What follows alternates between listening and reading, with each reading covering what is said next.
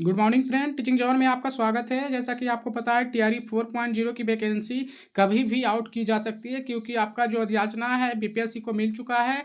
उसमें 46,500 कुछ पोस्ट के लिए वैकेंसी आउट की जाएगी। उसमें आपको जो डॉक्यूमेंट्स है वो बहुत ज़रूरी है, इंपॉर्टेंट से जाति निवास और आय प्रमाण पत्र या फिर एनसीएल है वो बहुत ज़रूरी होंगे। तो जो भी कैंडिडेट्स टीआरई 4 की फॉर्म फिलअप करने वाले हैं उनको एक महत्वपूर्ण सूचना आरटीपीएस से बिहार की तरफ से जारी कर दिया गया है, क्योंकि जो इसमें जाति निवास और आय में बहुत धांधली हो रहा था। कोई भी स्टेट अदर स्टेट वाले कैंडिडेट्स यहाँ के कुछ ज़मीन 1-2 कट्ठे ज़मीन लेकर आप अपना निवास प्रमाण पत्र गलत तरीके से बनवा रहे थे। उस पर बिहार सरकार के निगरानी विभाग ने जांच की है। उसके बाद इसमें कुछ बदलाव किए गए हैं नियम में।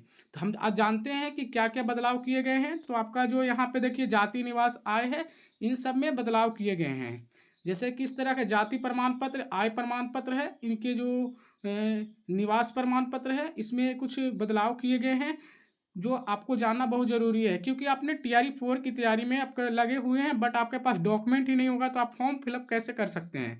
तो देखिए आज हम जानते हैं कि जो आप जाति निवास है आपको उसमें क्या क्या डॉक्यूमेंट रिक्वायर्ड होगा आपको बनाने के लिए। जैसे आप हम बात करते हैं, आज आवासीय प्रमाण पत्र है, तो आपके पास आवासीय प्रमाण पत्र बनाने के लिए आपका माता पिता या अभिलेख समुचित माने जाएंगे। इसमें क्या है देखिए कि आपके पास रजस्व अभिलेख खतियान होना चाहिए, आपका रजस्व अभिलेख दान पत्र या फिर रजस्व इसके भूमि संबंधी दस्तावेज होना चाहिए। आपके पास रजस्व अभिलेख भूमिहीन आवंटित जमीन संबंधित अभिलेख होना चाहिए, अन्य रजस्व अभिलेख होना चाहिए, राशन कार्ड अगर आपके पास है, निर्वाचन प्रवाचन पत्र है आपका, या फिर विद्युत बिजली बिल है आपके, फिर या टेलीफोन बिल है, तो आप आसानी से आवासीय प्रमाण पत्र बना सकते हैं। अदरवाइज आपके पास अगर डॉक्यूमेंट नहीं है तो आप अपना डॉक्यूमेंट्स को तैयार रखें, क्योंकि आपका जो आवासीय प्रमाण पत्र है अब नई तरीके से बनने वाले हैं। तो जो भी कैंडिडेट टीआरई 4 की तैयारी कर रहे हैं वो अपना डॉक्यूमेंट्स को इस तरह से अपना डॉक्यूमेंट तैयार कर ले और अपना जाति निवास आए।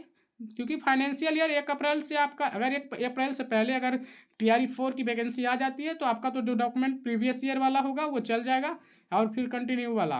अदरवाइज 1 अप्रैल के बाद आपका जो वैकेंसी आउट की जाती है टीआरई 4 की, तो उसमें आपको डॉक्यूमेंट नया होंगे, नए तरीके से बनाने होंगे। तो आप देखिए कि आप इसी तरह आप देखते हैं निवास प्रमाण पत्र हो गया आपका। आय प्रमाण पत्र में आपको क्या क्या लगे, तो आप आय प्रमाण पत्र अगर बनवा रहे हैं तो आपका जो किसी फादर्स का, किन्हीं का फादर हैं वो किसी वेतन या पेंशनधारी हैं तो उनको अपना वेतन का पर्ची लगानी होगी, या फिर आपका आयकर रिटर्न पे कर रहे हैं तो आपका आयकर रिटर्न का जो पीडी फाइल होगा वो आपको पे करना हो, जमा करना होगा। उसके बाद ही आपका आय प्रमाण पत्र निर्गत की जाएगी।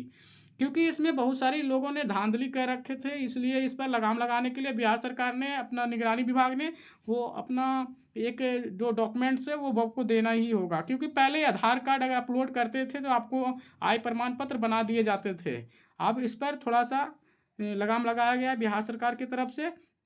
इसी तरह से हम बात करते हैं अब आपका जाति प्रमाण पत्र बनाने के लिए आपको क्या क्या डॉक्यूमेंट की ज़रूरत होगा। आपका देखिए जाति प्रमाण पत्र बनाने के लिए आपके पास ये डॉक्यूमेंट ज़रूरत होंगे, जो अब राजस्व अभिलेख खतियान हो गया, या फिर राजस्व अभिलेख दान पत्र हो गया, या फिर राजस्व अभिलेख भूमि संबंधी दस्तावेज होना चाहिए। दस्तावेज राजस्व अभिलेख या भूमिहीन आवंटित जमीन संबंधित अभिलेख होना चाहिए, अन्य राजस्व अभिलेख होना चाहिए, या फिर आपके पास राजस्व अभिलेख उपलब्धित या फिर स्थल निरक्षित आग्रह होना चाहिए। या फिर ये सारे डॉक्यूमेंट अगर आपके पास है तो आप जाति प्रमाण पत्र बिहार सरकार का बना सकते हैं। अदरवाइज आपको प्रॉब्लम हो सकता है बनने में, आपका जो फॉर्म है वो रिजेक्ट कर दिए जाएंगे आरटीपीएस बिहार की तरफ से।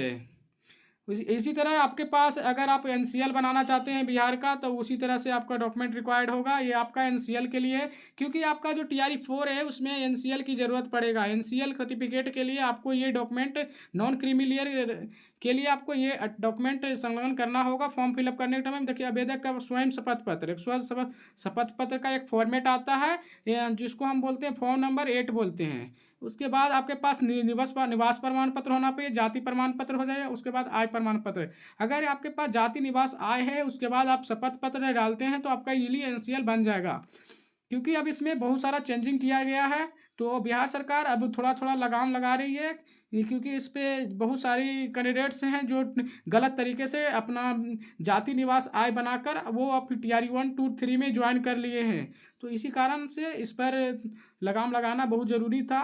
तो जो भी कैंडिडेट टीआरई 4 की तैयारी कर रहे हैं वो अपना डॉक्यूमेंट्स को रेडी कर लेंगे, क्योंकि आपका ये अगर अब मार्च में वैकेंसी आता है तो आपका जो प्रीवियस ईयर वाला है वो तो चल जाएगा, या फिर मार्च के पहले जो बनाए आपने डॉक्यूमेंट बना रखा है वो चल जाएगा। अदरवाइज आपका 1 अप्रैल के बाद अगर आता है वैकेंसी नोटिफिकेशन जारी किया जाता है तो आपको नई तरीके से आपका जाति निवास आय बनाना होगा, उसके बाद ही आप टीआरई 4 के आरक्षण ले सकते हैं। तो ऐसी इन्फॉर्मेटिव वीडियो के लिए like and subscribe my YouTube channel. Thank you.